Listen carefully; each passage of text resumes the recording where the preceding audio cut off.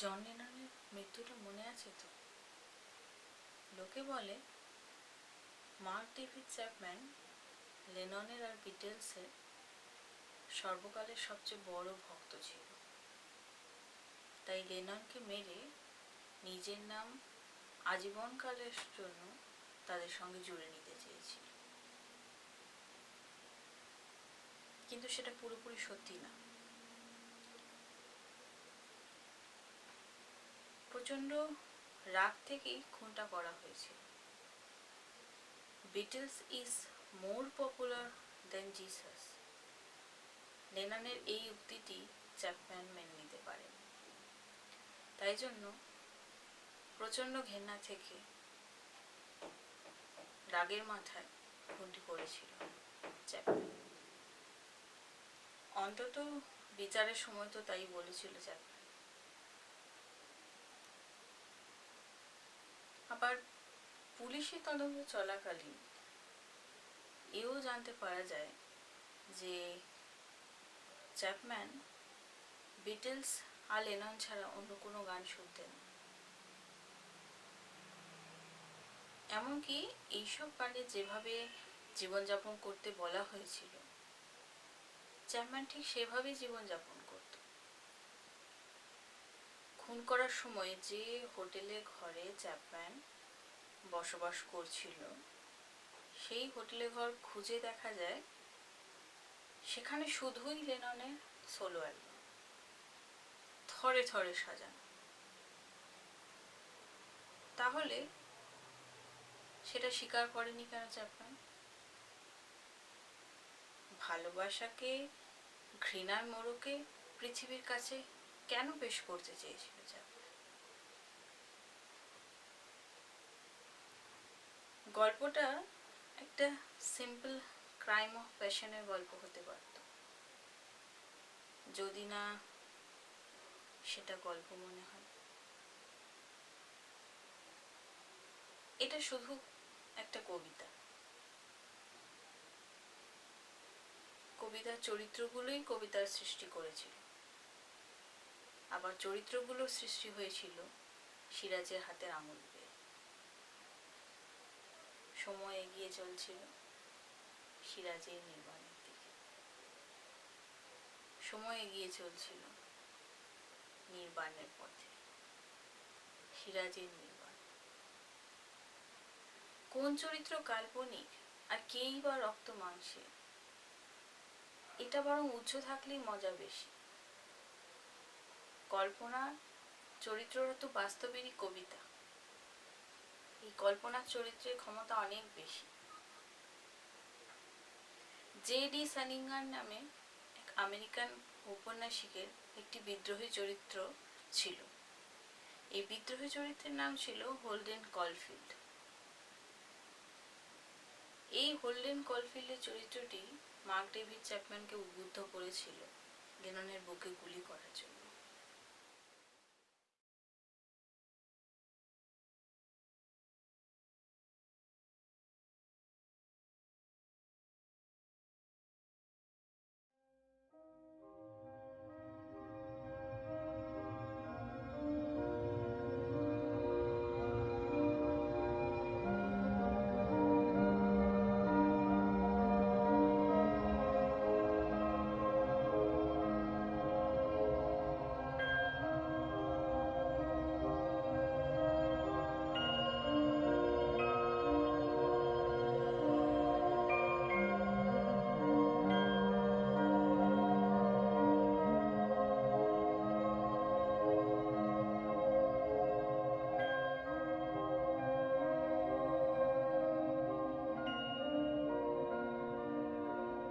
আমাদের মধ্যে যিনি, যার মত তিনি আর আমাদের মধ্যে নেই, তবুও দেখা যাক শেষ পর্যন্ত কি থাকে।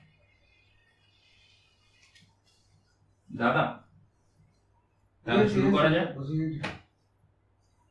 আচ্ছা দাদা, নির্বাণ কি বা কেন? তোমার কি জীবনে সবকিছু পাওয়া হয়ে গেছে? নির্বাণ কি আর নির্বাণ কেন, দুটো প্রশ্ন কি এক হলো? না, হয়তো প্রশ্ন দুটো এক নয়, তাই তো আপনার কাছ থেকে আমি জানতে চাইছি যে এই দুটো জিনিসের মধ্যে ডিফারেন্ট কি। নির্বাণ যদি কি জানতে চাও তাহলে নির্বাণ হচ্ছে একটা পথ, যেটা মানুষের চলার অনেকগুলো পথের সাথে অদৃশ্যভাবে তৈরি হয়ে থাকে। আর নির্বাণ কেন, এর উত্তর অপ্রাপ্তির কাছে হয়তো থাকবে। যতদূর প্রশ্ন উঠেছে সব পাওয়ার ব্যাপারটা, সব পেলে যে নির্বাণ প্রযোজ্য এমন তো নয়।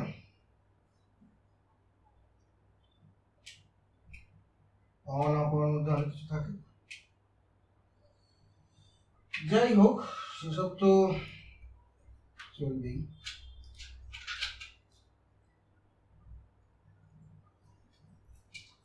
তবে জানতে এসছো যা, সময় করা সেগুলো জানতে পারবে।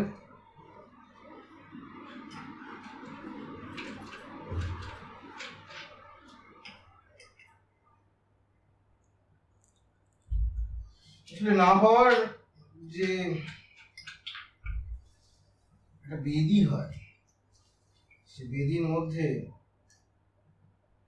পাওয়া না পাওয়ার একটা হিসেবের খাতা থাকে। সেখান থেকে একটা অদৃশ্যভাবে জঙ্গলে ঘাসে মোড়া একটা অদৃশ্য পথ চলতে থাকে। পরে গিয়ে সেই পথটা তৈরি হয়, ভালোভাবে বোঝা যায়, সেটাই নির্মাণের পথ।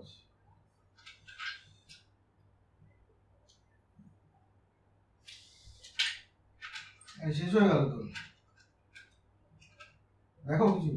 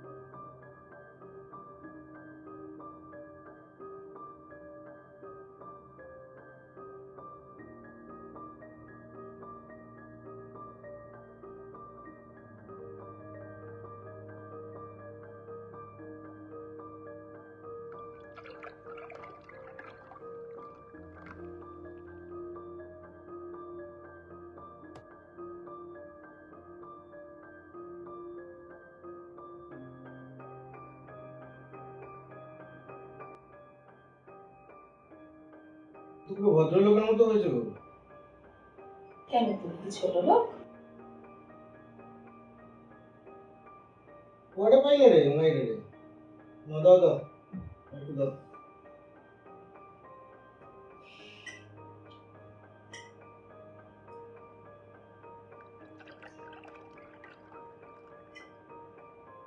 পুরুষরা নারীর চোখ চিনতে না পারলেও মন ঠিকই চিনতে পারে, তাই না? বাঁধিয়ে রাখিস।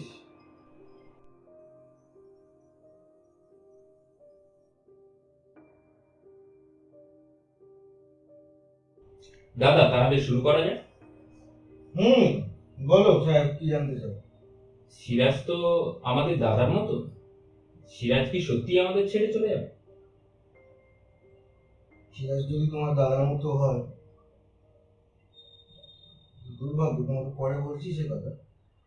সিরাজ আমি যতদূর জানি এটা কনসেপ্টই ছিল।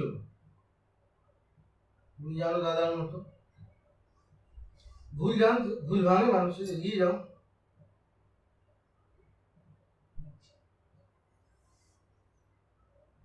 আচ্ছা, সিরাজ যদি কনসেপ্ট হয় তাহলে লেখাগুলো কি হবে? লেখাগুলো কি হবে? যে একটু জল মেশাও তো, একটু জল দাও। উফ,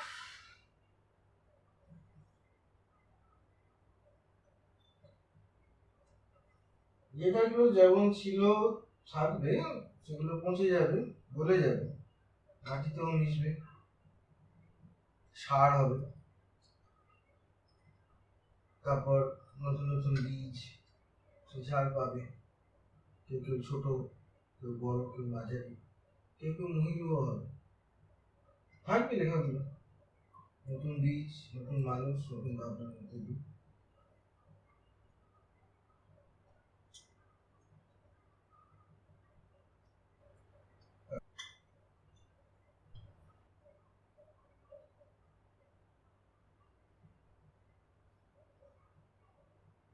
তোমরা তো থাকবে, অনেকেই থাকবে, তাদের মধ্যে বেশি থাকবে লেখাগুলো। বা যারা থাকবে না,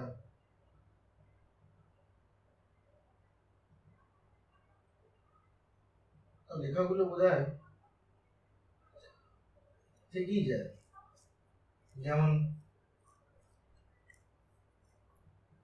আমার কথা নয় অবশ্য, রবীন্দ্রনাথের এক সময় ছোটবেলায় খুব পেটে ব্যথা, খুব কাঁদতে কাঁদতে কাঁদতে পেটের যন্ত্রণায় ছটফট করতো, মা মা বলে ডাকতো। মা মারা যাওয়ার অনেক পরেই একদিন হঠাৎ খুব যন্ত্রণাতে মা মা বলে চেঁচাচ্ছে, তখন হঠাৎ দেখছি যে ওর মা তার ঘরে এলো, পাশে বসলো, খাটে মাথায় পেটে হাত বুলালো। পরে আর মনে নেই, তারপর থেকে আর কখনো রবীন্দ্রনাথ পেটে ব্যথা করে।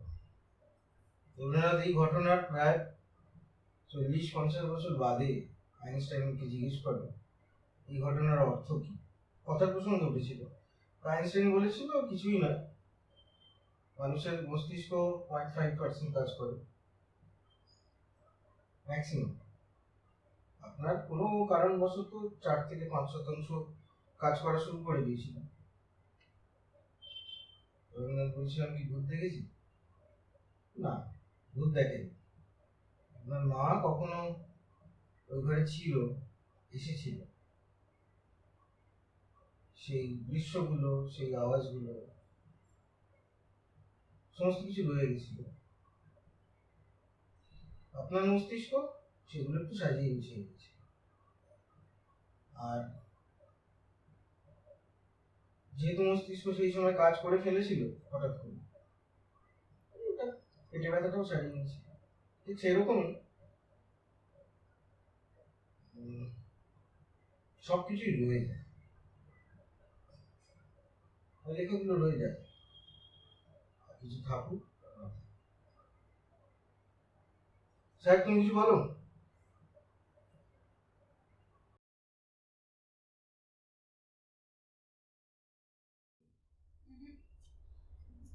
আমার একটা কথা ছিল।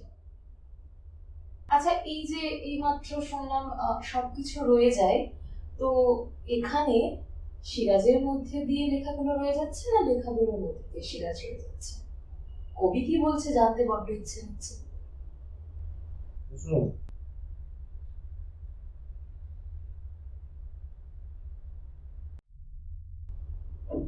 সিরাজ একটা কনসেপ্ট, কনসেপ্টের উৎপত্তি হয় মস্তিষ্ক।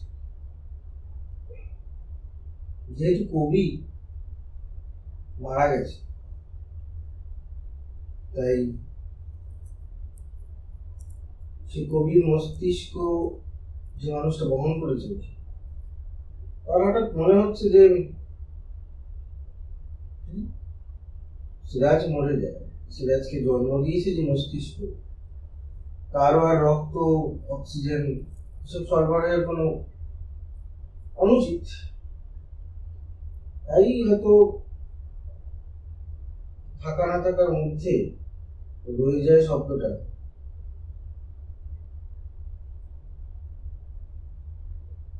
পরিপূরক হবে না। লেখার মধ্যে দিয়ে সিরাজ যে থাকতে চায়। সিরাজের বলো স্যার। হ্যাঁ, দাদা আমি বলছিলাম যে সিরাজ তার এই লেখাগুলোর মধ্যে কখনো কি খ্যাতি, যশ এগুলো অর্জন করার চেষ্টা করেন? বাহ, প্রশ্নগুলো খুব পরিপূরক রয়ে যায়। প্রশ্ন ছিল লেখার মধ্যে দিয়ে কি সিরাজ থাকবে, সিরাজের মধ্যে নাকি লেখা থাকবে। তোমার খ্যাতি, খ্যাতির লোভ, লোভ মারাত্মক। কিসের না লোভ নেই আমার, কিন্তু চলে যাওয়ার রাস্তার প্রাপ্তি অনেক বড়। লেখার মধ্যে দিয়ে কখনোই সিরাজ থাকবে না। লেখাগুলোর মধ্যে সময়, চরিত্র এবং সততাই সবচেয়ে বড়। সিরাজের মধ্যে লেখা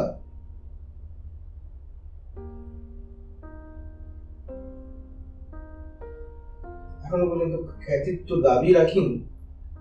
লেখার মধ্যে জানি, দেখা যাক শেষ অব্দি কি হয়। আচ্ছা, প্রসঙ্গত একটা কথা জিজ্ঞাসা করি। আপনি মাত্র বললেন খ্যাতির দাবি রাখেনি, আপনি কখনো বলছেন আপনি আপনার মধ্যে নেই। তাহলে যে মানুষটার মধ্যে নেই, সেটা যদি না থাকে, তাহলে সে কিভাবে খ্যাতির দাবি রাখছে?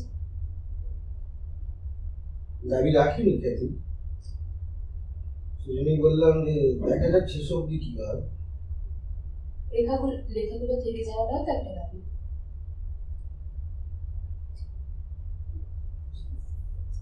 লেখাগুলো রয়ে যাবে, আমি তো বললাম পৌঁছে যাবে। দাবি করতে পারি ওগুলো পৌঁছে ভালো সার, এইটুকুনি দাবি করি। ওগুলো অপরিবর্তিত ভাবে বা কৃত্রিম ভাবে থেকে যাবে এরকম কোনো দাবি রাখছি। পৌঁছে যাবে, সার হবে। এই থেকে যদি কিছু হয়, সময় অনেকটা সময় লাগবে, সেই সময় একটু ঘুরে আসলে বেশ, যাওয়া যাক।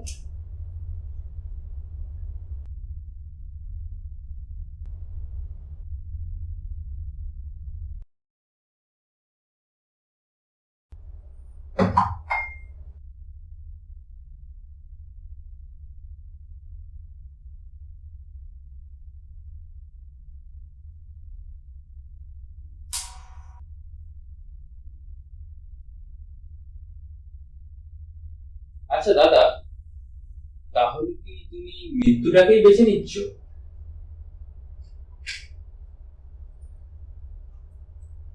মৃত্যুকে যদি বেছে নিতে পারতাম, সেই ক্ষমতাটা যদি অর্জন করতে পারতাম, ভালো হতো, ভালো লাগতো।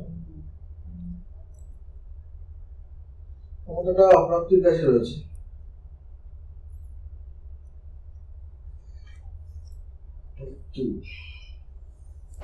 তোমার এই সমস্ত সৃষ্টি, এই সব কিছু যা যা তুমি করেছো, এগুলোর পেছনে তোমার কোনো উদ্দেশ্য নেই, তোমার কোনো চাওয়া নেই, তোমার কোনো পাওয়া নেই, তুমি কোনো গ্ল্যামার চাও না, তুমি কারোর কাছ থেকে কিছু এক্সপেক্ট করো না, তুমি মৃত্যুটাকে বেছে নিতে পারছো না, তাহলে তুমি কি চাইছো? মানে এর শেষ কি?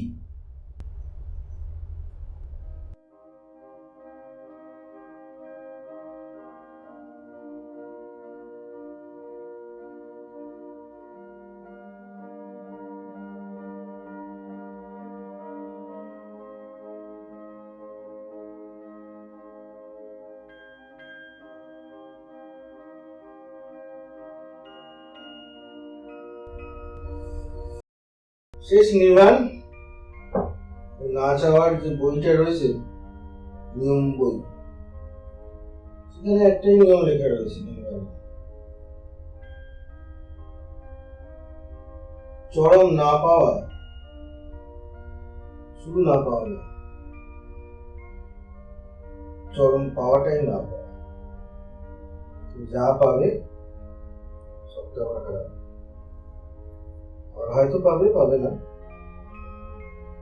চলবে। সেরকম উজ্জ্ব থাকে এই পথটা, কেউ মারিয়ে দিয়ে চলে যায়, বুঝতেও পারে, আর কেউ অপেক্ষা করে পুরো পথে। তাহলে আমি ফল পাই না। তাহলে আমি কি এটা বলতে পারি যে তুমি যে তোমার যা কিছু সৃষ্টি করছো সবকিছু এই নির্বাণ পাওয়ার জন্যই করছো? তোমার যা সৃষ্টি তুমি এতদিন অব্দি করেছো আমি যা সব কি সৃষ্টি তোমার নির্বাণের করিনি- জন্য? যা সৃষ্টি করিনি সেটা পাওয়ার জন্য নির্মাণ চলছে। তার মানে তুমি চাইছো যে পরবর্তী কালেও তুমি আরো কিছু সৃষ্টি করো? হ্যাঁ, আমার এই সৃষ্টির কথা মনে হলো, নির্বাণ, মৃত্যু, আর সৃষ্টি, কিন্তু এর মধ্যে একটা যোগ আছে। যেমন ধরো, যদি কোনো যন্ত্রের মৃত্যু হয়, সে মৃত্যুর কারণ জানো? কিছুই না, একটা যন্ত্র খারাপ হয়ে গেল, তার মৃত্যু হয়নি। মৃত্যু মৃত্যু মৃত্যু মৃত্যু। যন্ত্রের মৃত্যু কখন হয় জানো? না সেটা খারাপ হলে, না সেটা ভেঙে। মৃত্যু কি? নির্বাণ, নির্বাণই বা কি?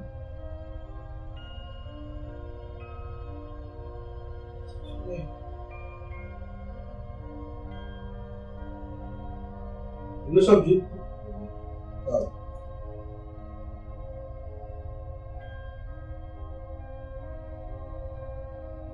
যন্ত্রের মৃত্যু কখনো হলো?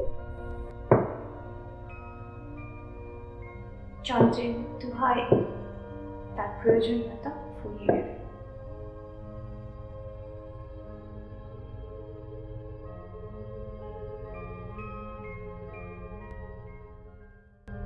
আমি যতদূর জানি একটা যন্ত্রের প্রয়োজনীয়তা ফুরিয়ে গেলেই তার মৃত্যু হয়। জেনেছো? ভালো, কত আমার থেকে। হ্যাঁ, যন্ত্র ভেঙে গেলেও তার মৃত্যু হয় না, এই জন্যই তো এটা খুব বড় ছিল। যখন থাকার তখন থাকার, যখন থাকবো না ভালো, কিন্তু আমার এসে মনে হয় নির্ভর। যতদূর আমি জানি, মৃত্যু বাঁচার ক্ষমতা আমার নেই। ক্ষমতাটা একমাত্র অপ্রাপ্তির কাছে ছিল।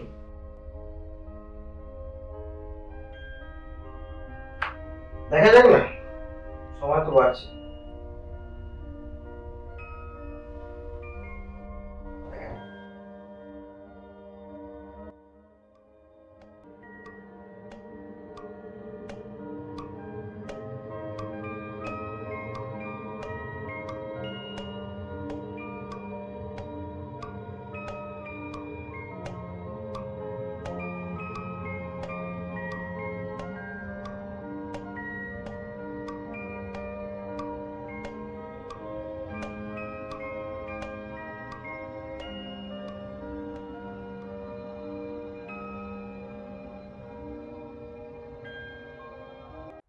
দাদা, আমরা জানি প্রত্যেকটা মানুষের জীবনে পছন্দ অপছন্দ তো থাকেই।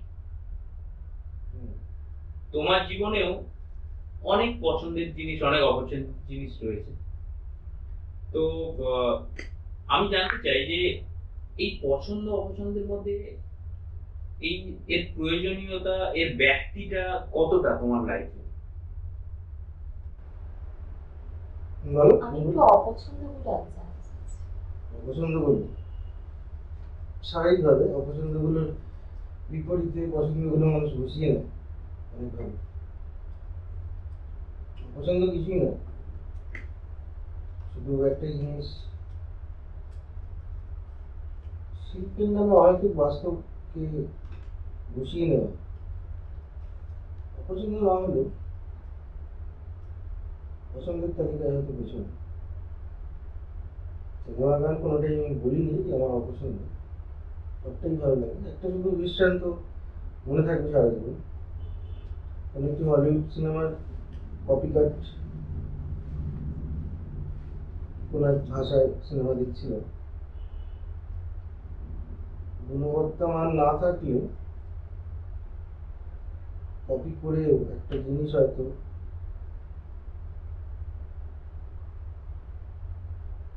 পুরনো মানে হারিয়ে নতুন মানে জড়িয়ে নেয়।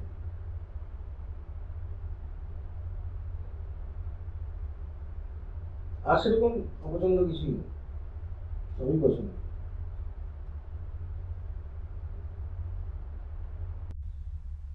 আচ্ছা, পছন্দ অপছন্দ অনেক কিছুই তো বুঝলাম, তবে যদি জিজ্ঞাসা করি মাইকেল জ্যাকসন নাকি বব ডিলান?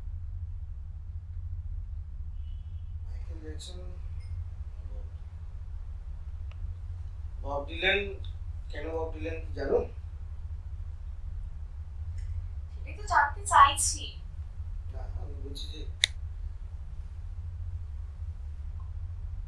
বব ডিলান কেন, বব ডিলান, বব ডিলান কি না, তারপরে বলবো মাইকেল জ্যাকসন, তারপরে না হয় তোমার যেটা প্রশ্ন দুজনের মধ্যে কে, সেই আবার একটা একই ধরন চলে আসে সিরাজের লেখার সাথে, না লেখা উল্টো সিরাজ। বব ডিলান কি জানতে হলে একজনকে জানতে হয়, সাহেব জানে হয়তো, কিন্তু তাও তোমার প্রশ্নের উত্তর আমি তোমাকে দিই। নাম হয়তো শুনবে কি শুনবে না জানি না, জন বেজ, নাম তো নিশ্চয়ই শুনেছ। 50-এর দশকে ফার্স্ট ওয়ার্ল্ড কান্ট্রিগুলোতে খুব তীব্র প্রতিবাদী সঙ্গীত হতো। সেখানে আমেরিকাতে একজন সবার শীর্ষে ছিল, তিনি হচ্ছেন জন বেজ। তখন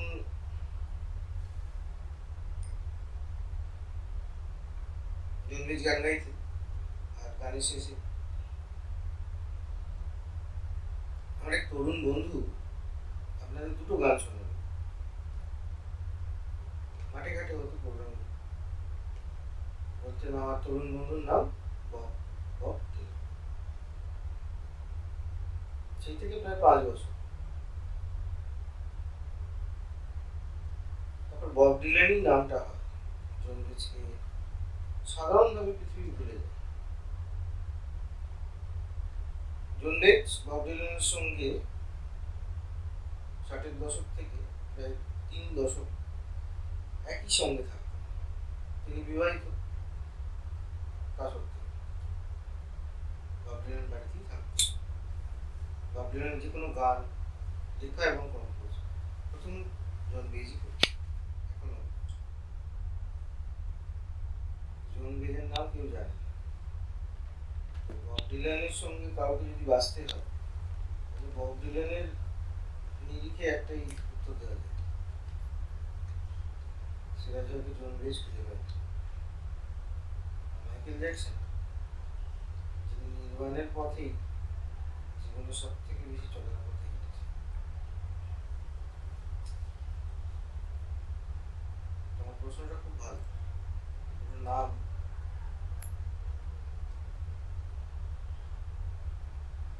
সিরাজের লেখা আর সিরাজের থাকা।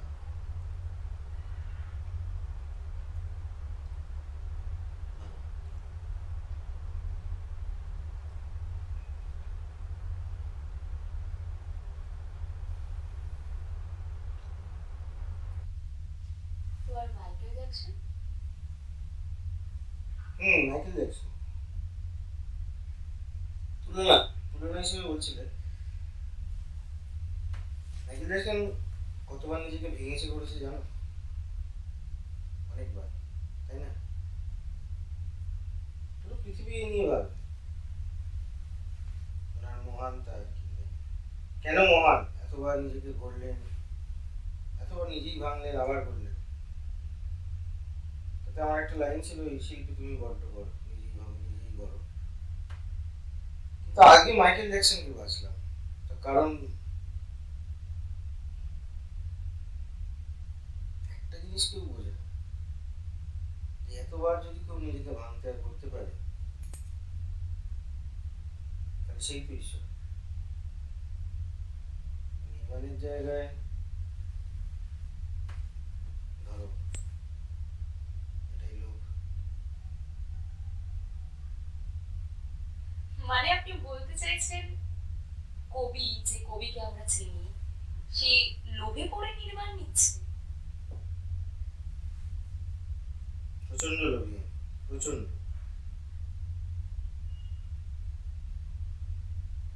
সুমনের ওই গানটা শুনেছো, পাগল? পাগলটা হওয়ার খুব লোভ। সুকুমার রায়ের ওই রাজা রসুকের পাগল, ধরো ওটা হওয়ার খুব লোভ। নিঃস্ব হয়ে যাওয়ার খুব লোভ।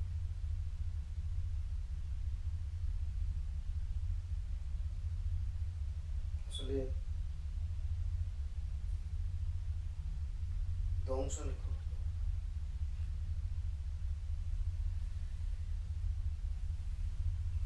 আরো অনেক লোভ আছে।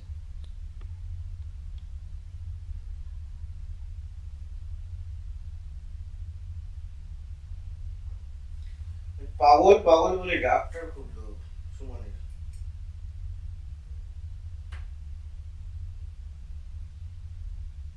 তাই মাইকেল জ্যাকসনকে বাঁচলাম। পাগলামিতে বোধ হয় ওনার থেকে বেশি প্রতিটা প্রতিটা ভাঙনের যে দংশন, ওনার থেকে বেশি প্রতিটা গড়ে ওঠার পেছনে যে প্রেরণা, যে অনুশীলন,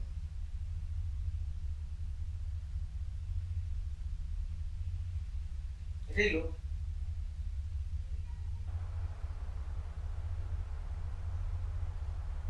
আচ্ছা, ময়না তদন্তের ফলাফল পত্র বলতে মানে ব্যাপারটা না কেমন যেন খুব গোছানো আবার অগোছালো, ধরতে পারছি আবার পাচ্ছি না, থাকছে থাকছে না, রয়ে গেছে চলে যাচ্ছে। বুঝতে পারছি শব্দের নির্মাণ সংক্রান্ত, তবে কবি যদি তার কবিতত্ত্বের মধ্যে একটু বুঝিয়ে বলেন। বোঝার তোমার বড্ড তাড়া, বুঝতে কিছু গেলে বিষয়ে তারা থাকা ভালো তো। সময় তো আছে অনেকটা। কিংবা ধরো ওই দূরের সাইলেন্টটা খেয়ালই করি না আমরা হয়তো কেউ।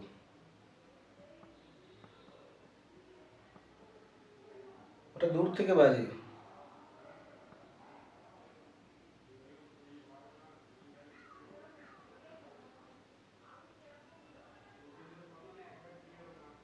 ওটা আমাদের সময়কে চেনায়।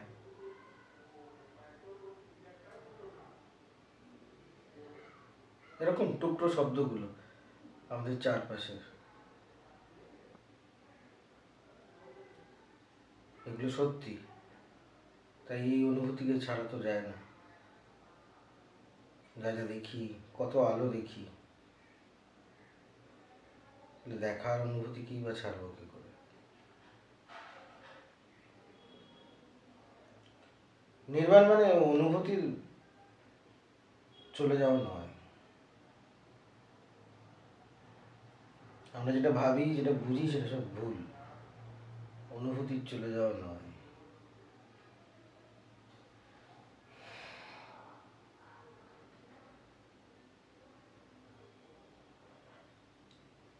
লালনের গুরুর নাম ছিল সিরাজ সাহেব।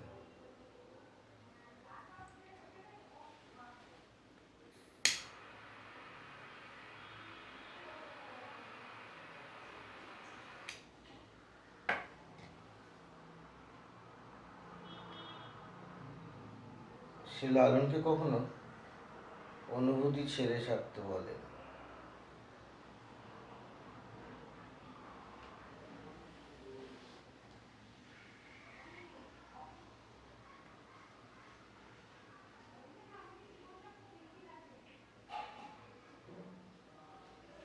মানে আরো বেশি করে বোধহয় অনুভূতি, অনুভব, নিজেকে।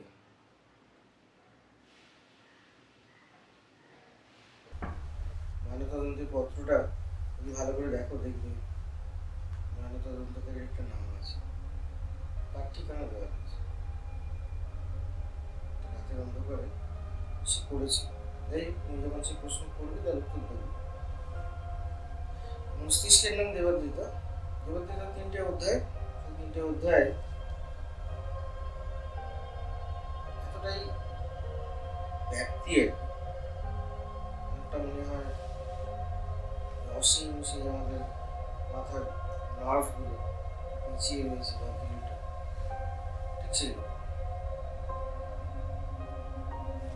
একটা কেন একটা মানুষ, কেন একটা পুরো মানবিক সমাজে সম্পূর্ণটা ধরা আছে, সম্পূর্ণ তাই বলে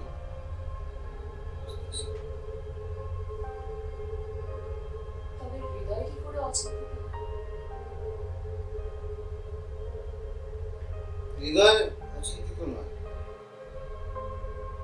হৃদয় নিঃস্বার্থ। তাই তো? হ্যাঁ, অচিন্তিত বোধহয় চটটা যদি কোনোদিন যাও রাতে, চরে নদীর পাড়ে হঠাৎ মাঝরাতে মনের শান্তি। নিশার চরে নিশার হাত ধরে যদি মনের শান্তি হয়। তাহলে বলছেন হৃদয়ের সাথে হাতের আঙুলের প্রভাব বুঝতে পারবে। হৃদয়ের সাথে জীবনের যোগ, জীবনের সাথে রাতের আঙুলের পুরোপুরি যোগ, শান্তি অশান্তি। তবে ধোঁয়াশা উদর কিভাবে আসছে? ধোঁয়াশা উদর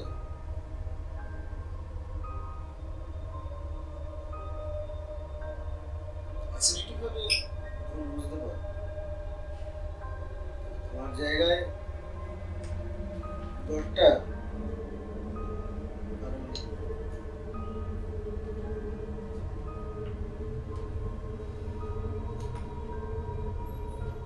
জীবনে বেঁচে থাকতে গেলে উদরের উপর নির্ভর করে থাকতে হয়। তখন খিদে পাওয়া হবে, সেই খাবারটা জোগাড় রাখতে হবে। আর মানুষ অস্বীকার করে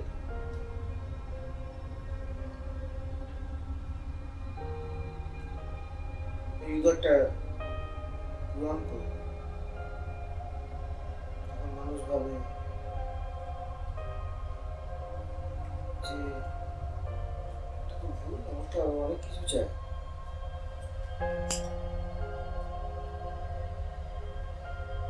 পেটের দায় জীবন, তারপরেও কিছু থাকে, সেটাই তোমার কনফিউশন।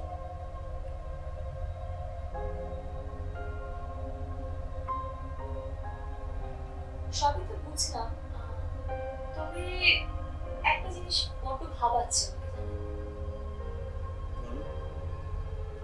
আপনি বনডাঙ্গা রিক্সা স্ট্যান্ডে পৌঁছালেন কিভাবে? আর সেখানেই বা একটা রিক্সাওয়ালা আপনার তদন্তকারী হয়ে উঠল কিভাবে?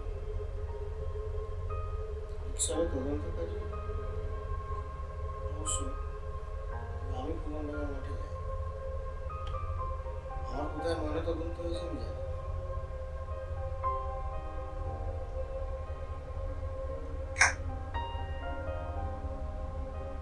সিরাজের যতদূর জানি, সিরাজের তদন্তকারী রিক্সাওয়ালা বনডাঙ্গার মাঠে আছে। এটা দেখা যায়,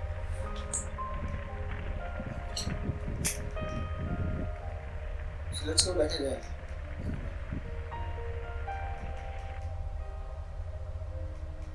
রিক্সাওয়ালা খুব পছন্দ হচ্ছে, রিক্সাওয়ালাই নিয়ে যেতে সিরাজকে। আমার ভাবনা থেকে আছে।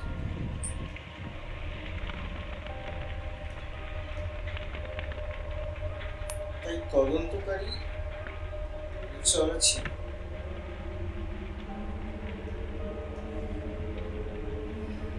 ভুবনডাঙ্গার মাঠে, কারণ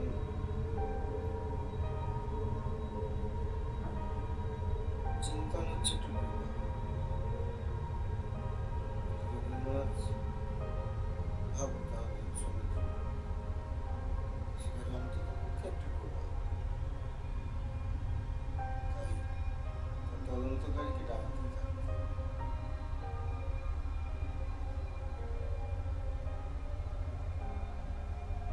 শিল্প হচ্ছে একটা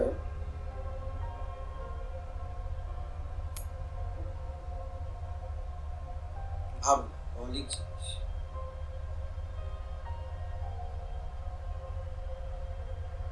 ভগবানের বাইরে এই শিল্পের তদন্তকারীকে ভুবনে থাকে। তাই রিক্সাওয়ালার ঠিকানা ভুবনডাঙ্গা নয়। আরো এরকম কত কিছু তো বার করেছে রিক্সাওয়ালা। আচ্ছা কবি, আপনি আপনার একটা লেখার মধ্যে দিয়ে আমাদেরকে জানিয়েছেন নদীয়ার বইগোনা অবিরাম ধারা, ভগীরথ যদি মা ডাকে তবু অথরা। আপনি জনান্তিকে নাকি অজনান্তিকে এখানে মা ডাকটা অস্বীকার করছেন ঠিক বুঝতে পারছি না। মা ডাকটাকে ঠিক অস্বীকার করিনি। কেন মা ডাকটা অস্বীকার করিনি? মা ডাকটা আসলে মা ডাকটার মধ্যে একটা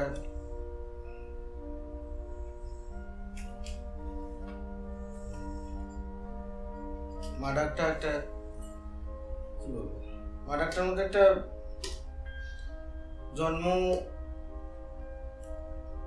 জন্মাধিকার আর কি। কিসের জানো?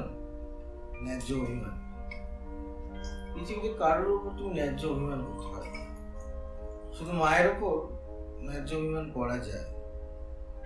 তাই অস্বীকার কাউকে করিনি, ছোটও করিনি।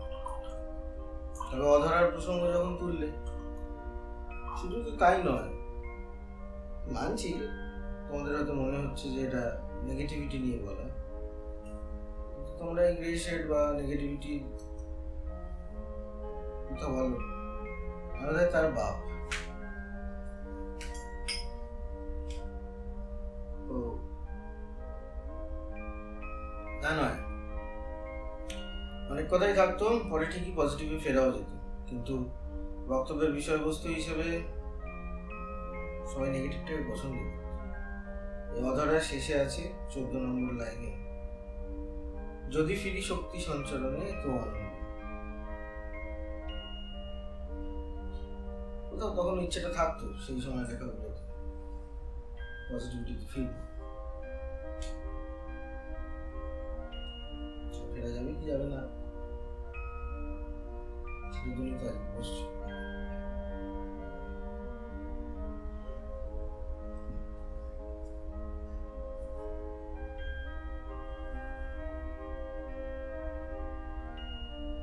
না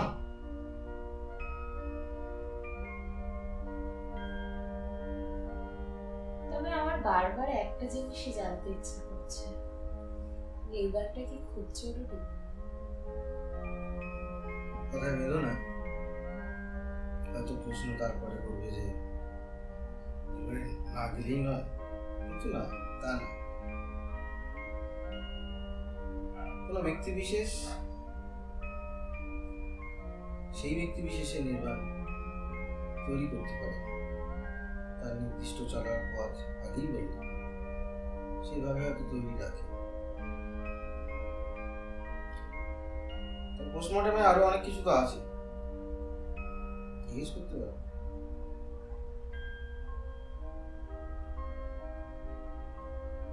আচ্ছা কবি, এটা কি সম্ভব? মানে যদিও বা আপনি আপনার লেখনের মধ্যে দিয়ে সেটাকে সম্ভব করে তুলেছে।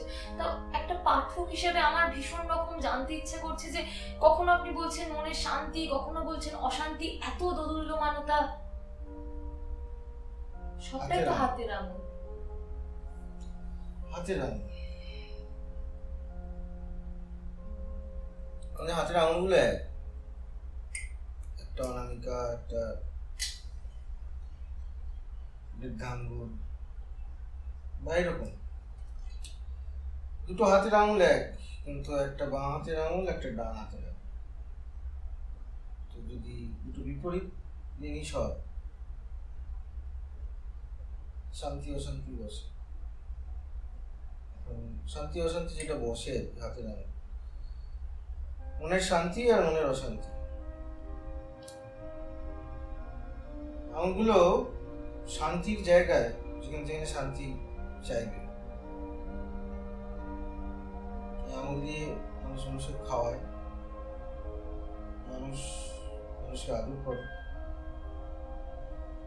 কখনো কাছে রাখতে সাহায্য করে আঙুলগুলো।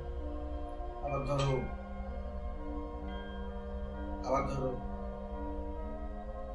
পছন্দ অপছন্দের জায়গায় থাপ্পড় মারতে সাহায্য করা, কিংবা দূরে ঠেলে দিতে। এটাও একদিকে যেমন শান্তি শান্তি সবই যে ব্যবহার হয় শেষের দিকে মানুষকে ফুটিয়ে তোলে। শান্তি অশান্তি মনের সমস্ত কথাকে বোঝায়। স্পর্শ এই রোগীর ব্যক্তি সবকিছু দিয়ে মনের কথা বলে।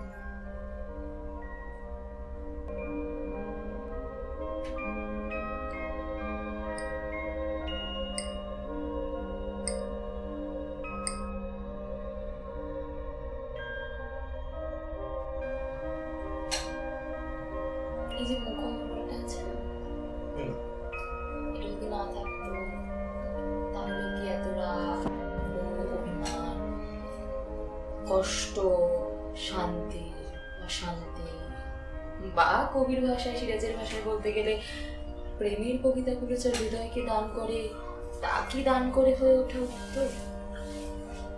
হয়তো নয়, ঠিকই বলেছো, কিন্তু সেই আলটিমেটলি প্রেমের কবিতাগুলো হৃদয়কে দান করলেও হৃদয় তো নিশার চলে।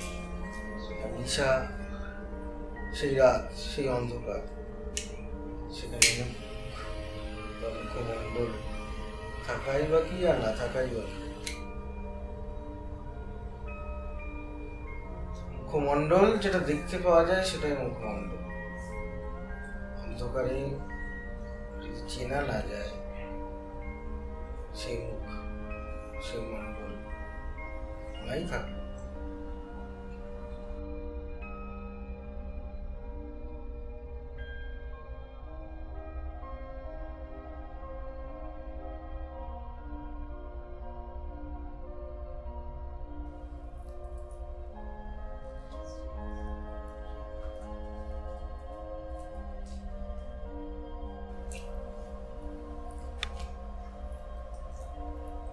আরো তো আছে অনেক কিছু।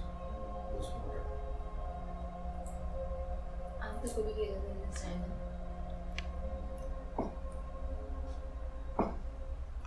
মায়ের পেটে ভালো ছিল, বেরিয়ে একটু জল দেখলাম,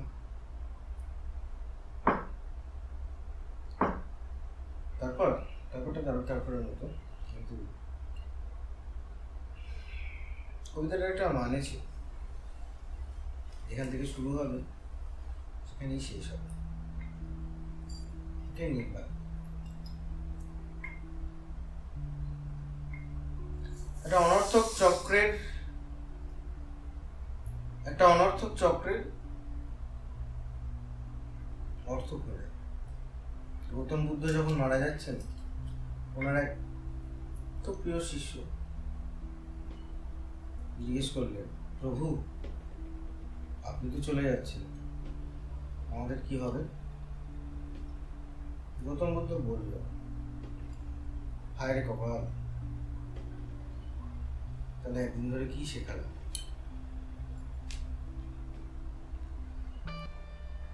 নির্বাণ। তাই উনি বলেছিলেন, যেটা কেউ বোঝেনি, আত্মদীপ ভব, আত্মশরণম ভব, অনন্য শরণম ভব।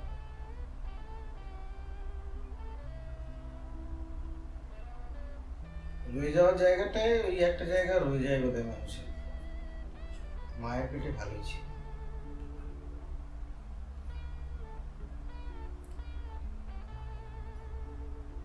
মায়ের পেটে যখন ভালোই ছিলেন, তাহলে যৌনাঙ্গের সাথে এটা কি করে জড়িত হচ্ছে? কারণ হচ্ছে মায়ের পেটটা একটা নিউট্রাল জায়গা। যৌনাঙ্গ জীবনের ক্ষেত্রে, জীবনের প্রয়োজনের ক্ষেত্রে একটা নিউট্রাল জায়গা মানুষকে শেখায়, মানুষ শেখে। মানুষের চাওয়া পাওয়া, অতৃপ্তি, তৃপ্তি, সমস্ত কিছু একটা বস্তু বিশেষে, সেটা হচ্ছে পুরুষ আর নারী, খুব রিলেট করে।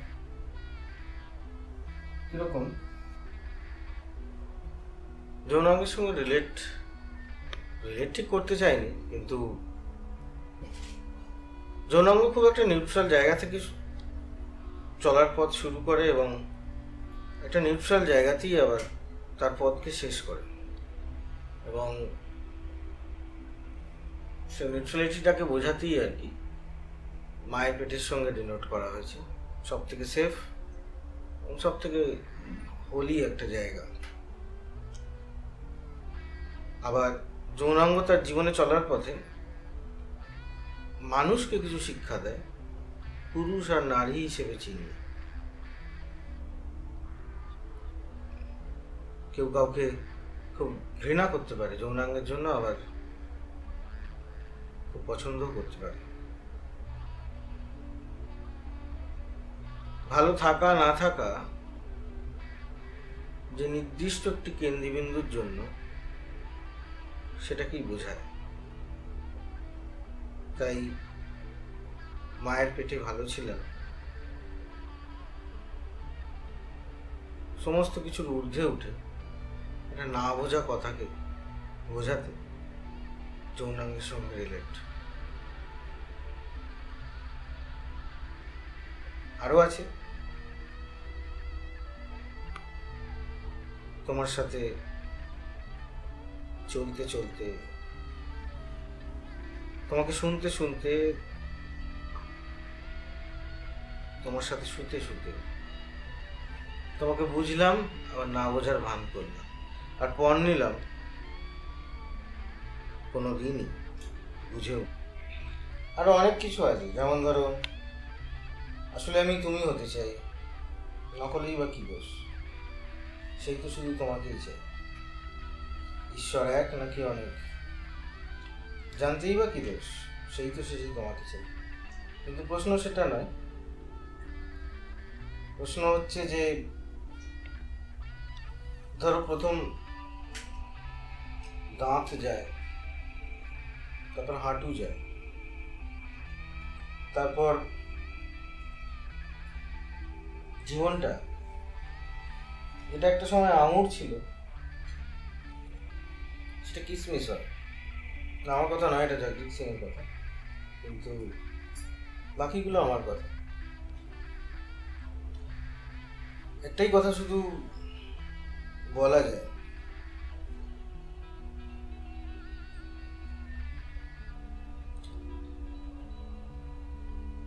পুরো পৃথিবী বলে যে মরণের পরেও তোমায় না ছাড়ি, কিন্তু সিরাজ বলে যদি মরি তাহলে ধরাধরি খেলার মজা।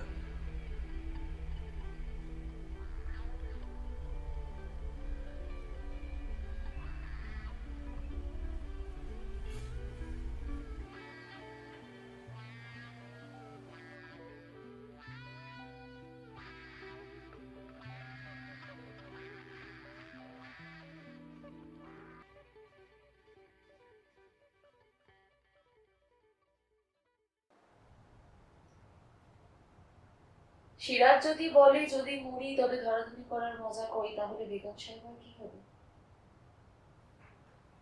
কে এই বেগম সাহেব? কি হলে ভালো হয়?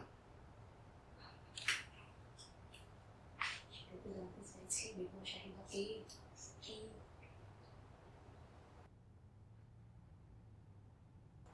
বেগম সাহেবের কেউ না, একটা কল্পনা বা হয়তো কি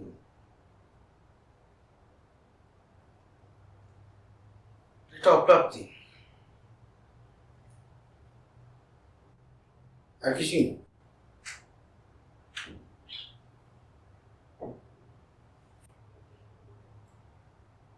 বেগম সাহেবা যদি শুধুই কল্পনা হয়, শুধুই কনসেপ্ট হয়, তাহলে বেগম সাহেবার পরে পরে সিরাজ কেন চলে যাওয়ার সিদ্ধান্ত নেয়?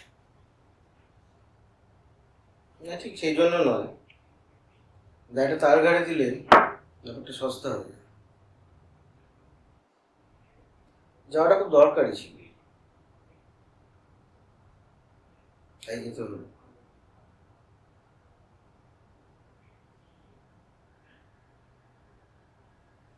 বেগম সাহেবা যাওয়ার সাথে সাথে সিরাজের যাওয়াটা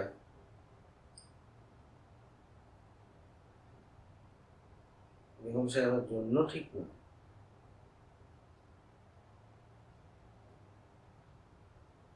হয়তো জীবনে কিছু না পাওয়াটা না পাওয়া হয়ে উঠতে হবে, তাই এই কষ্ট।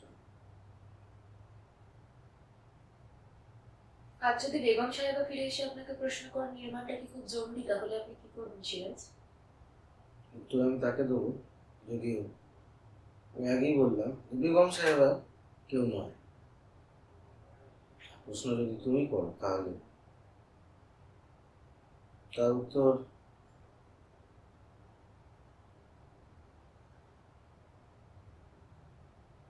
প্রয়োজনীয়তাকে চিনতেই বোধহয় নির্মাণ প্রয়োজন,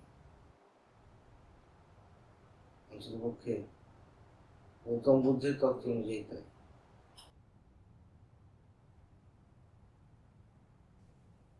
ডিসকাস তোমরা এখন ডিসকাস করো, আমার প্রশ্ন তো আবার রইলো, আছোই তো, প্রশ্নের উত্তর না হয় দেবো, তোমরা ডিসকাস করো। ওরে আমার পাঁচ মিশলি মন, এবার কিছু গান শোনো। তোমার কি মনে হয়, তুমি কি সত্যি মরে যেতে চাইছো? রাখবি দিয়ে আমায় মন, নাকি ভুলবি? লেখাটা দেখতে পাচ্ছ? হ্যাঁ পাচ্ছি। বাদে কি কিছুক্ষণ আছে বলো তো? বলি বোঝো মানেটা? তবে শোন, ভোলার বোঝা এক মন। এসব কোথাও চলে টলে যাবে না, কিছুই করবে না, বেগমের ঘরে এসব করছে, আর কিছুই না। ভোলার বোঝা এক মন মধ্যাহ্ন। উনি ওনার জীবনে কিছু চান না, গ্ল্যামার চান না, কোনো ফ্রেম চান না, অথচ উনি এত কিছু সৃষ্টি করেছেন, অথচ তুমি বলছো উনি মরে যেতেও চান না। উঠলো আমার অচিন পাখি। এই কোশ্চেনটা হচ্ছে যে তাহলে উনি কি চাইছেন?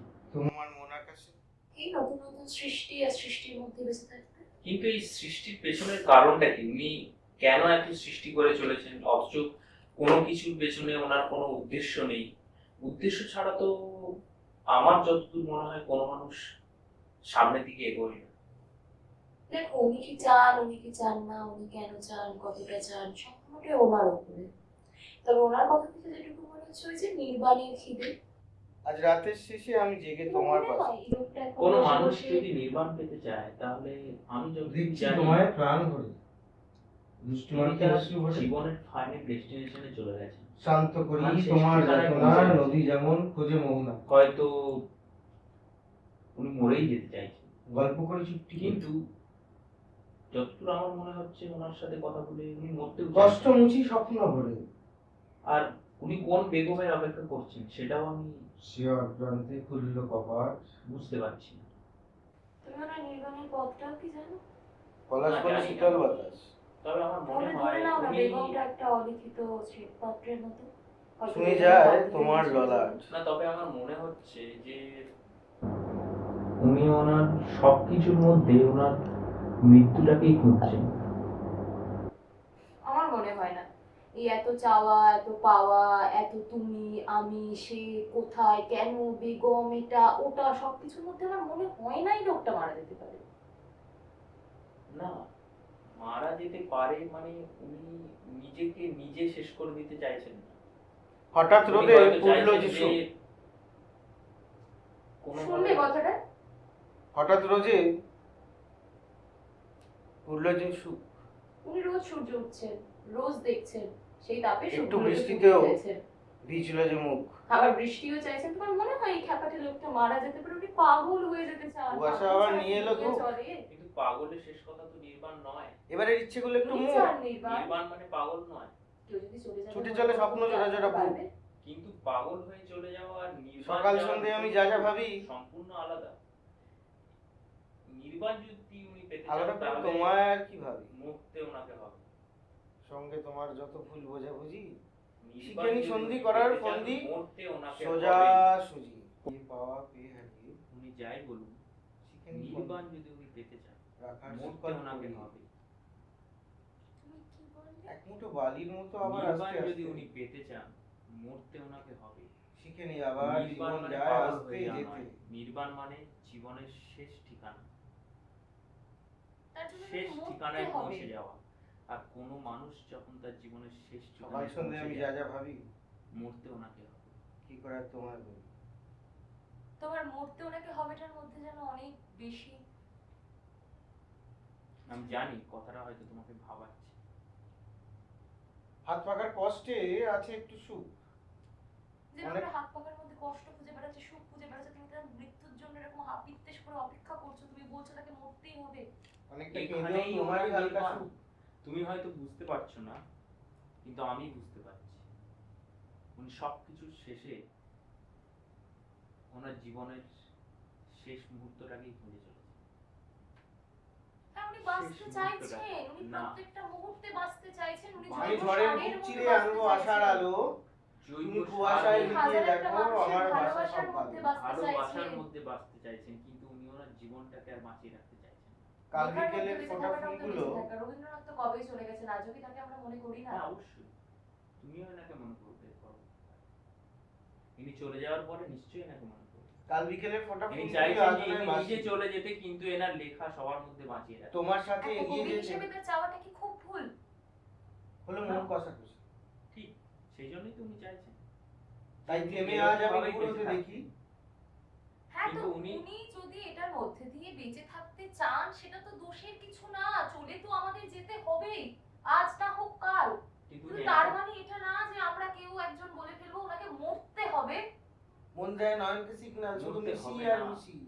উনি যে নির্বাণটার পেছনে ছুটে চলেছেন এতদিন ধরে, যে নির্বাণটা উনি চাচ্ছেন, তার হয়তো নির্বাণী ওনার শেষ মুখ্য লাভ। ঠিকানাই হচ্ছে মৃত্যু। আমি সেটা বলছি। কাল বিকেলে ফুল ফুটেছিল নির্বাণের শেষ নির্বাণী ঠিকানা ওনার হচ্ছে মুখ্য মৃত্যু। লাভ। আজ হৃদয়ে রক্ত। হ্যাঁ, তো সেই মোক্ষ লাভটা পেতে গেলে রক্তিম ওনাকে হৃদয়ে মরতে অনায়াস হবে। প্রবাহ রক্ত। রক্তে মিশে মরতে তাহলে ওনাকে প্রবল হবেই। পিচ্ছিল। ভয় নেই আজ হৃদয় ভাঙার মরে ভয় তো নেই। একদিন না একদিন আমরা যাবোই, সময়ের খেলা মাত্র। না, সময়ের খেলাটাই তো উনি চাইছেন না।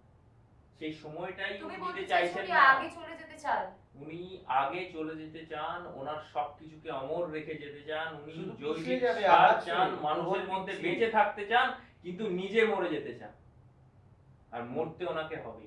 আজ হৃদয় ভাঙার বেঁচে ভয় থাকার নেই। মানে কি মানুষের মধ্যে বেঁচে থাকা নয়? জৈব বেঁচে সারের থাকার মধ্যে দিয়ে বেঁচে থাকা নয়? বেঁচে থাকার মানে মানুষের মধ্যে বেঁচে থাকা নয়। তুমি মানুষের মধ্যে বেঁচে থাকতে পারো, কিন্তু নিজে নাও থাকতে পারো এই পৃথিবীর সবার মাঝে। থেকে তো সারা জীবন আমরা কেউই যাব না। না, যাবে না, সেদিন সেটা উনিও সাজে জানেন, কিন্তু উনি চান সেদিন সাজে নির্বাণ। তোমার কি মনে হয় উনি আত্মহত্যার পথ বেছে নিচ্ছেন? বনের মাঝে আমার দিদি আমায় ছেড়ে। হতেই পারে সেটা। আমি হয়তো পুরোপুরি এই ব্যাপারটাতে অবগত নয় যে উনি অ্যাকচুয়ালি কি চাইছেন। তোমার পথে তৃপ্তি কিন্তু খুঁজে। আমার মনে হয় নির্বাণ চাইছেন মানে উনি মরেই যেতে দুটি চাইছেন। তারা কষে আগুন ছিটকে। কিন্তু ওনার সবকিছুকে উনি অমর করে যেতে চাইছেন আমাদের সবার মাঝে। লোহার রেলিং সোহাগ সমস্ত হ্রদে লেখাকে মধ্যরাতে উনি অমর ছাকা করে করে। যেতে চাইছেন। আচ্ছা, উনি যদি আজকে আত্মহননের পথটা বেছে না নেন অথচ মরে যেতে চান, তাহলে এই প্রশ্নের উত্তরটা জেনে আপনার কি বলুন তো? আপনি কি করতে পারবেন ওনার মৃত্যু আমৃত্যু, পড়ে থাকা না পড়ে থাকা সবকিছুর সাথে? আমি আমি কিছু সজল করতে পারবো না। রাখি, আমি একজন সাংবাদিক, আঁকড়ে ধরা আমি জানতে চাইছি ওনার মনের কথাটা, ওনার মনের ইচ্ছেটা, উনি কি চাইছেন, উল্টো পাখি। আর সেটাই আমি জনসাধারণের মাঝে তুলে দিতে চাইছি। তোমার মনের আকাশ আমি তাহলে যতদূর উনি শুনেছিলাম যদি আপনি এই এখানে- মুহূর্তে সবাইকে ছেড়ে চলেও যান, খুঁজতে পরবর্তীতে সবার মাঝে উনি বেঁচে থাকবেন ওনার এই সৃষ্টিগুলো দিয়ে। আমি আমার কাজ করে চলেছি, কিন্তু আমি যদি তুমি আমায় বলো যে উনি নির্বাণ চাইছেন এবং উনি সত্যিই সেটা চাইছেন, আমি মনে করি উনি চলেই যেতে চাইছেন সবার মাঝে থেকে অনেক দূরে, যেখানে কেউ ওনাকে আর ছুতে পারবে না, কেউ ওনাকে আর ধরতে পারবে না। অনেক দূর থেকে উনি সবাইকে দেখতে পারবেন, আর ওনার এই সমস্ত সৃষ্টি মানুষ সারা জীবন ধরে মনে রাখবে। থাক গল্প তবে আজ। হয়তো চায়ের- সিরাজ বলে যন্ত্রটার দরকার এখানেই মিটে গেছে। চায়ের শেষ চুমুকেও ক্লান্তি আছে আজ। আর শ্রান্ত তোমার হাসিও, শুধু পরশ তোমার চুম্বনের শান্ত করে শ্রান্ত এই মন। থাক কথা তবে আর, ক্লান্তিকে মিশিয়ে দিই তোমার প্রেমের ঝর্ণায়। ঝর্ণার ফল্গু ধারা বদ্ধ আপনার এখনো মনে হয় এই লোকটা মারা যেতে চায়? চোরাস্ত বই চলি যে পাগলের চলি মতো চলি। প্রেম খুঁজে বেড়াচ্ছে, ঝর্ণা খুঁজে বেড়াচ্ছে, জল খুঁজে বেড়াচ্ছে, আলো হাওয়া সবকিছুর মধ্যে নিজেকে মিশিয়ে রাখছে, সেই লোকটা মারা যাবে বলে আপনার ধারণা? তোমার কি তাকে মনে হয় মরতে যে হবে বলে নির্বাণ, আপনার মনে হয়? তাও তোমার তো কি বলি, মনে হয় যে থাক মানুষটা কথা। নির্বাণের পেছনে ছুটে চলেছে, সে একটা প্রেম খুঁজে বেড়াচ্ছে? নির্বাণ মানে কি প্রেম? প্রেম মানে কি তার প্রেম অস্তিত্ব যদি থাকতে মানুষ হবে? খুঁজে বেড়ায়, তাহলে সে কখনোই সে নির্বাণের পেছনে ছুটবে না, নির্বাণের খোঁজ করবে না। প্রেম ভালোবাসার পেছনেই ছুটে বেড়াবে। প্রেম হয়তো খুঁজে ওনার বেড়ানো, নির্বাণটাই ওনার নির্বাণ, প্রেম। যদি নির্বাণ তার প্রেম হয়ে থাকে, তাহলেই তো সেটাই তো আমি বলছি, সেটাই তো উনি চাইছেন। উনি ওনার জীবনের শেষ ঠিকানা চাইছেন, উনি চাইছেন উনি তো যে ওনার শেষ শেষ করে ঠিকানাটা দিতে। কবেই ঠিক করে রেখেছেন একটা রিকশাওয়ালার হাত ধরে, যে কিনা ময়না তদন্তকারী সেরে ফেলেছে ওনার নামে। কবি বলে কথা না, উনি অনেক আগেই অনেক কিছু করে ফেলেছেন। মরতে ওনাকে হবে।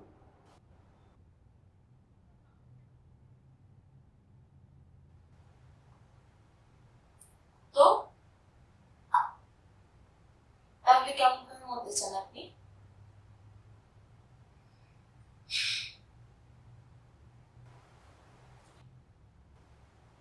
তোমার গ্লাসটা তো খালি, গ্লাসটা তোলো। হ্যাঁ, ফাঁকা গ্লাসে একবার শেয়ার করবো, ঠিক এইভাবে ফাঁকা জায়গায় নিজের আওয়াজ পৌঁছে। যেন আমার ইচ্ছেগুলো কারাগারে বন্দি আজীবন।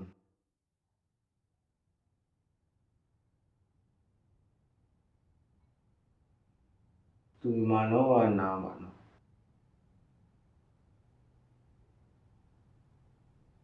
কাছে অনেকভাবে আসা যায়, আর যদি দূরে যেতে চাও,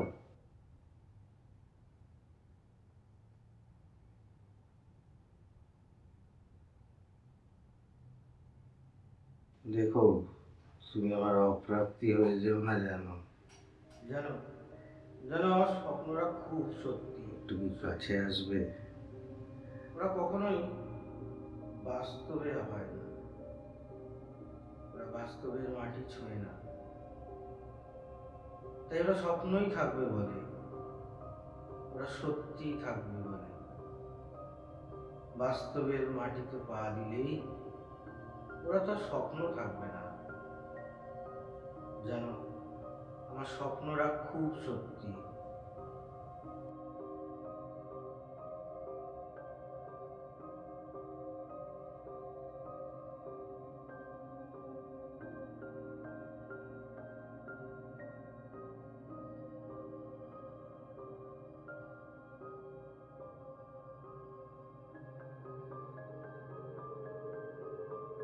আর ইচ্ছেগুলো ইচ্ছেগুলো অন্ধকারের কারাগারে বন্দি।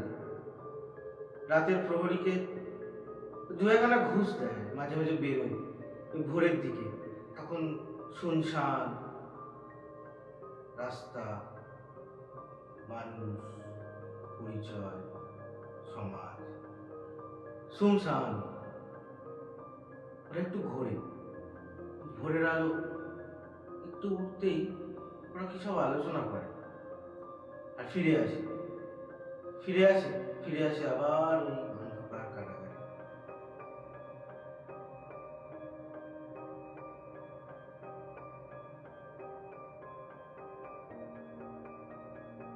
প্রহরী জিজ্ঞেস করে, কি গো তোমরা যে দুয়ানা করে দাও, ওই পালাও না তো? ওরা বলে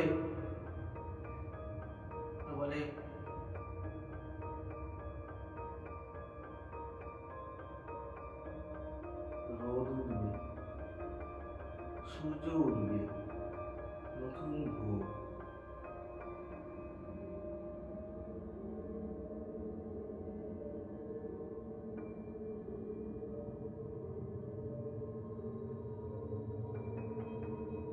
আমরা ইচ্ছেরা তখন হয়তো একটু ফুটবো, কিন্তু তাপ বাড়লে রোদের মুছে যায়। তাই এই ইচ্ছে হয়ে রাতের স্বপ্নের অন্ধকারের কারাগারে বন্দি থাকি।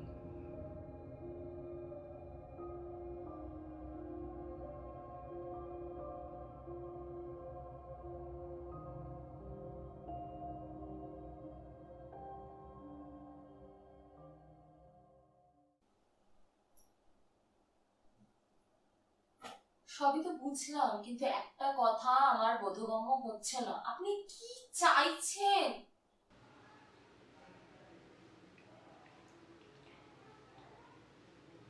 নির্বাণ মানে কি অনুভূতিগুলো নির্বাণ হয়? হয় না বোধ হয়। আমরা যা দেখছি,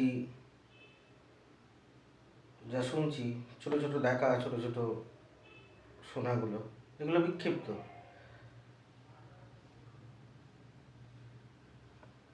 এই যেমন ওই মহিলার গলার আওয়াজটা, উনি বোধহয় কাউকে ডাকছেন বা কাউকে কিছু বলতে চাইছেন,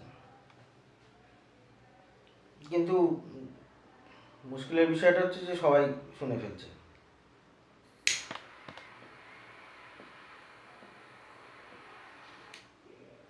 কিংবা ধরো ওই রাস্তার ভিখারিটা,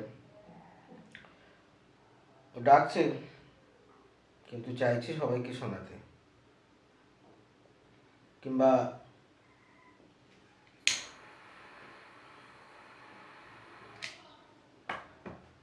দূরের সাইরেনটা যখন বাজে,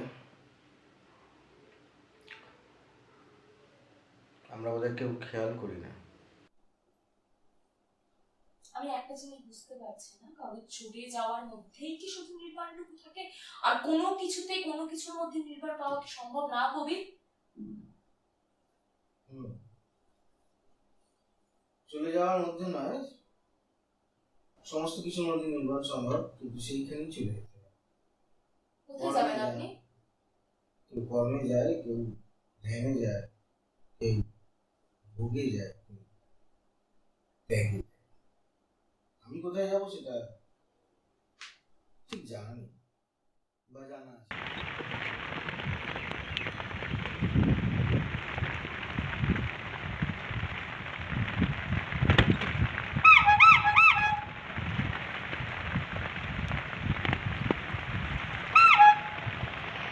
আমি একটা জিনিস বুঝতে পারছি না, বলো। আমার আমি আমি জানতে চাই, আমি সত্যি জানতে চাই, আমি আমি পাগলের মতো জানতে চাই যে কেন নির্বাণটা, কেন কবি? নির্বাণ ছাড়া কি আপনার কোনো পথ নেই? শুধুমাত্র বেগম সাহেবা চলে গেছে বলে আপনাকে চলে যেতে হবে?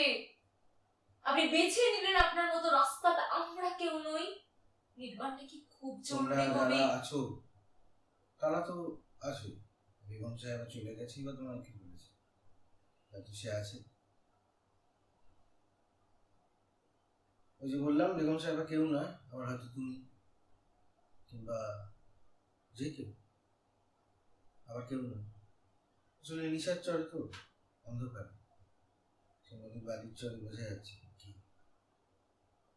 হ্যাঁ, যেহেতু একটা কথা বলা যায়, যেটা বললে যে আমরা কি, ওইটুকুনি বলে যাওয়া যায় যে গড ব্লেস ইউ।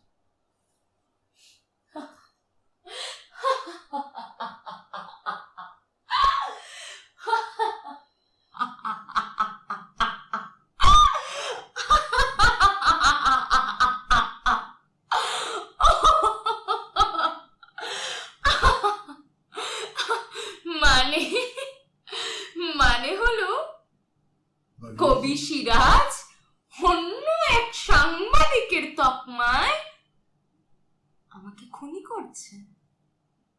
আমি তোমাকে মারতে চাই না কবি, আমি চাই না তোমার নির্বাণ হোক। তুমি থাকো, যারা চায়, তোমার যারা লেখার চায়। মতোই তুমি থাকো। যারা চায়, যারা চায় না, সবাইকে God bless you. God bless you বলে কোনো কথা হতে পারে না। তুমি কি বুঝতে পারছো না? একটা সাধারণ কথা, যেখানে সবাই, আজ একটা সামান্য সাংবাদিক আমাকে জিজ্ঞাসা করছে তুমি নাকি মরে যেতে চাও। তোমার কাছে নির্বাণ মানে মৃত্যু। যদি শেষ কথা জানতে চাও তাহলে বলি ইনস্টিটিউটের মধুর আসি রাজ্যের ভালোবাসি, এটাকে লাস্ট স্টেটমেন্ট বলতে পারো। ইনস্টিটিউটের মধুর হাসির সাথে কি মৃত্যুর কোনো সংযোগ আছে? ওরে বাবারে, মৃত্যু, জীবন, দর্শন সবই ওখানে। মিষ্টি ঠোঁট হচ্ছে প্রথম চাওয়া, প্রথম পাওয়া, অনেস্টি।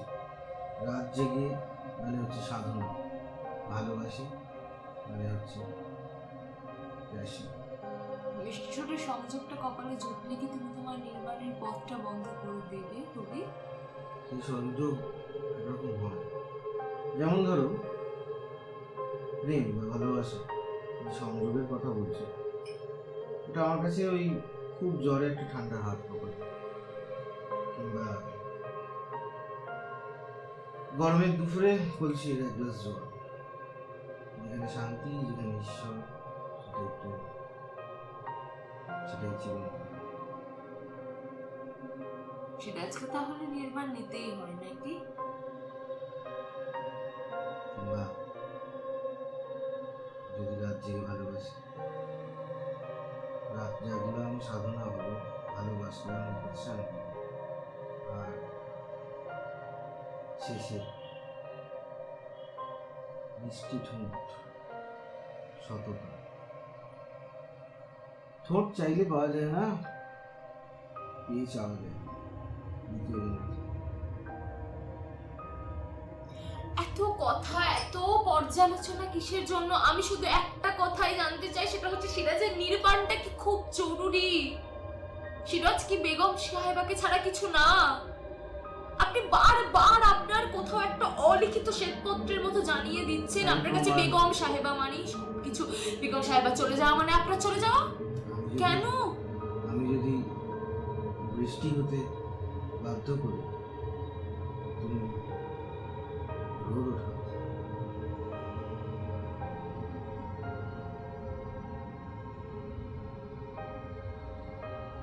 রোদ, বৃষ্টি, জল, তুমি একটা কথা বুঝতে পারছো না? বলো, তুমি কি বুঝতে পারছো না? কি জানি না বোঝার ভান করি।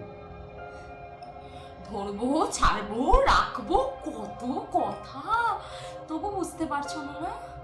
না, না। বলো, বেগম না থাকলে বুঝি থাকা যায় না?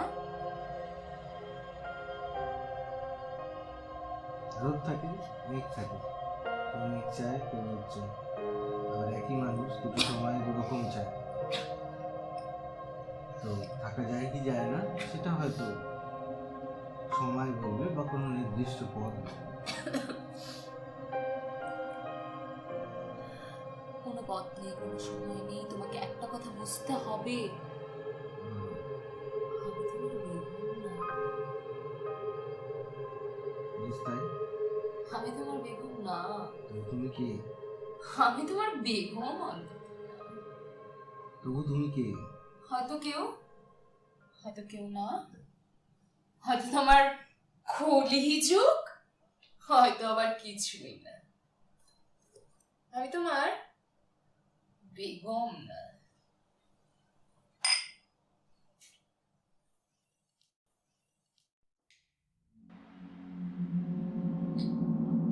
হয়ে ওঠে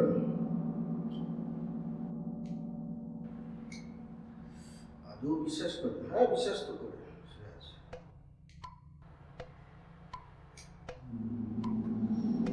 প্রেমটা ঠিক হয়ে ওঠে, বিশ্বাস আছে, চাহিদার জায়গায় চাহিদাও আছে। ना पूछो कि पानी कहाँ से और कहाँ तक, স্নেহ, মায়া, মমতা ना पूछो कि आग भी कब तक। সবাই एक जमाने से दिल की बर्फ ওইগুলো থেকে सीने মিষ্টিটা में আলাদা। आग समाए, आंखों से बहता हुआ कुछ दूर तलक। ना पूछो कि है बर्फ, ना पूछो कि है बर्फ तू क्यों है अब तलक। उसे है इंतजार বলা কথাগুলি তাহলে जी बनने की কিছু आखिर तलक।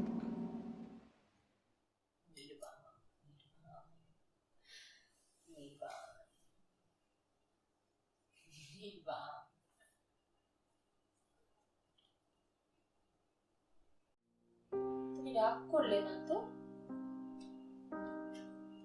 রাগ করে সেটার অনুভূতি থাকে।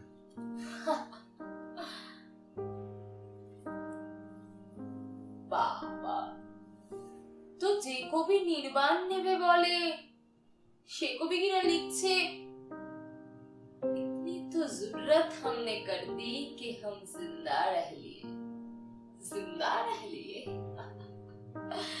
অনেক আগের লেখা, কোথায় পেলে?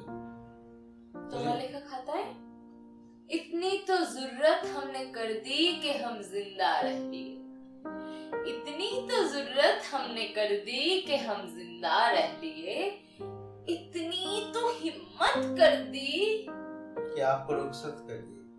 এভাবে খুঁজে পেলে আমার কথা?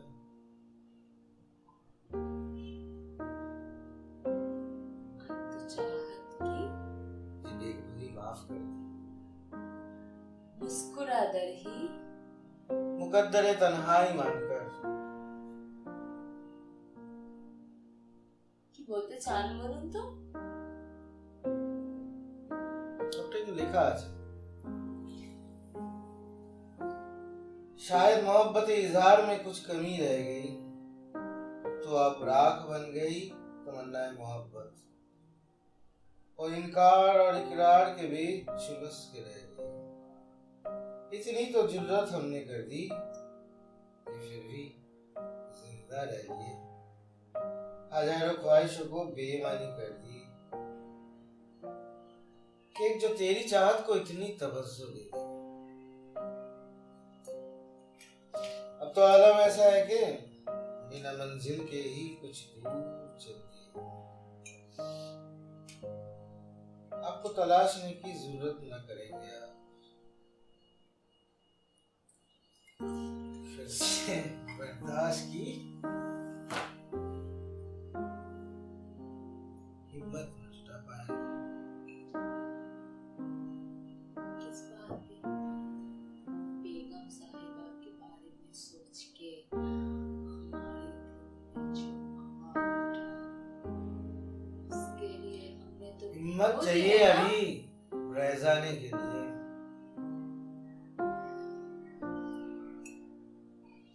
कुछ कुछ कदम आपके साथ चलने के बाद जिंदगी गुजरने का दावा रखते हैं, और कुछ दूर आपके बिना चलने के बाद जिंदगी काटने का वादा रखते हैं। বেগম সাহেবের জন্য নির্বাণটা খুব দরকার না? বারবার খুব দরকার হয়ে পড়ছে, খুব দরকার।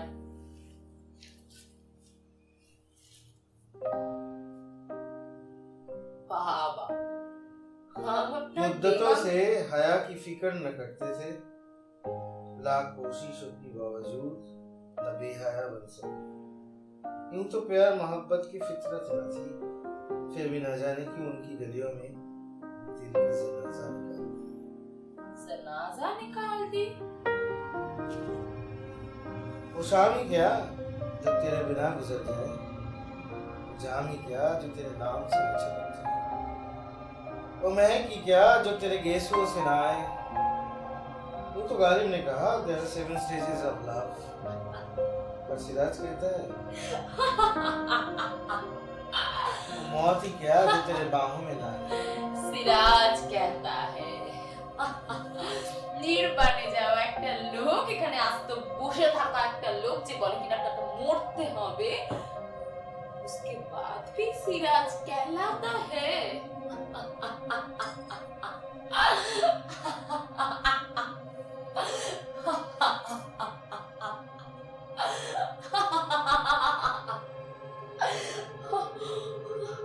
কিছু বলুন কবি সাহেব। मैं सोचूं मत मुझे सोच में आ मैं सोचे तो हम सोच में आ गए। तो कहाँ है आपका बेगम साहिबा?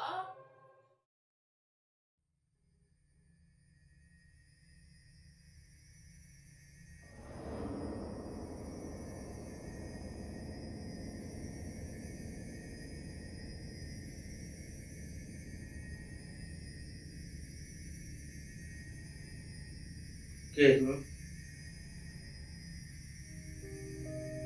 কে হলে ভালো হয়? আলো আধারের সীমানায় এক চিলতে ফাটলের বিশ্বাসে ঘোরে বিশ্ব বনবনিয়ে, সবটুকু ভালো লাগা ওইখানে আলো আধারের সীমানায় জীবন খোঁজে আলেয়ায়, যায় পা হড়কে রাতের স্মরণে।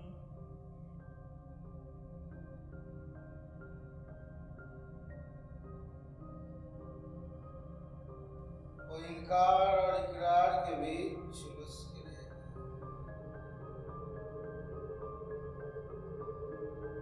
অসীম নিঃসীম অবিরাম নেমে যায় গমনে গমনে, এক চিলতে ফাটল আলো আধারের মাঝে इतनी तो जुर्रत हमने कर दी রাতের স্মরণ कि फिर भी সবটুকু আলেয়ার গ্রাসে। মৃত্যু নেশা ব্যাধি মহামারী হাসে সবাই, বলে তলিয়ে যা তলিয়ে যা তলিয়ে যা।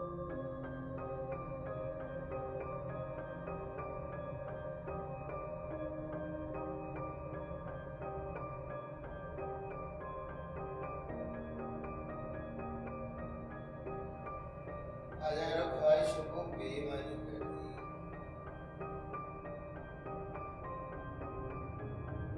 আলেয়ায় ওর কবে জীবনের ভালো লাগা, হঠাৎ মনে পড়ে রাতের एक जो तेरी चाहत को इतनी আষাঢ় तपस्या মশাল আঁকড়ে ছিল হাত, আলেয়ার খোঁজে ভুলে সকাল, আমার আত্মা আমার মুক্তি।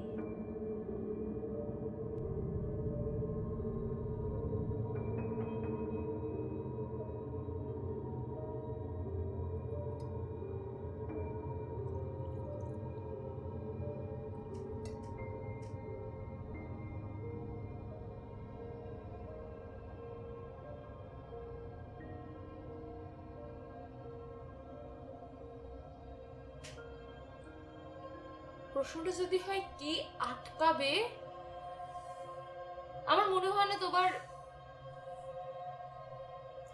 হয় না তোমার জানার প্রয়োজন আছে। কে আটকাবে, কেন আটকাবে, কি জন্য আটকাবে।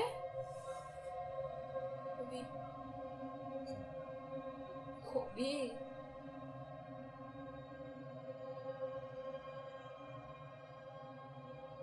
शायद मोहब्बत इजहार में कुछ कमी रह गई, तो आप रात बन गई। তুমি চলে যাবে, আমি তো আছি এক হাঁটু জীবনে।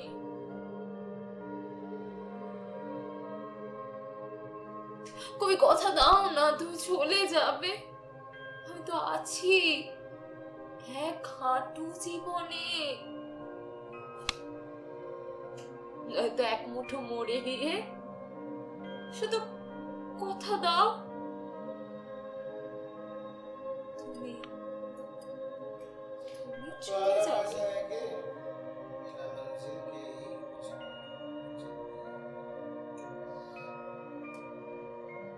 आपको तलाशने की जरूरत नहीं पड़ेगी।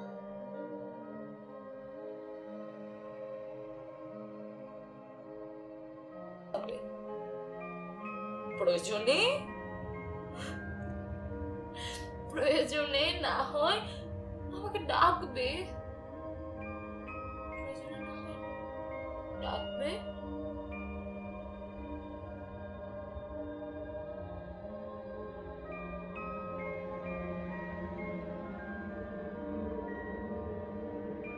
জানো জানো আমার স্বপ্নরা খুব সত্যি সত্যি, ওরা কখনোই বাস্তবে হয় না।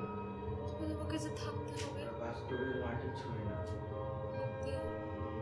তাই ওরা স্বপ্ন চলেও থাকতে যেতে পারে, ওরা সত্যি থাকতে পারে। চলে যেতে।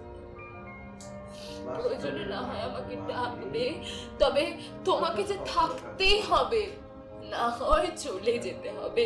আমার স্বপ্নরা খুব সত্যি, আর ইচ্ছেগুলো অন্ধকারের কারাগারে বন্ধ। রাতের প্রহরীকে দু একখানা ঘুষ দেয়, মাঝে মাঝে বেরোয় ওই ভোরের দিকে, তখন শুনশান দেখো মাঝে মাঝে জীবনে নেয় না, উপরে মিশে যায়। সিরাজের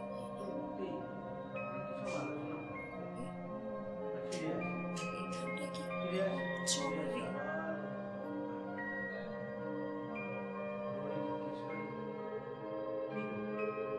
তোমরা যে দুয়ারা করে দাও, ওই পালাও না তো। ওরা বলে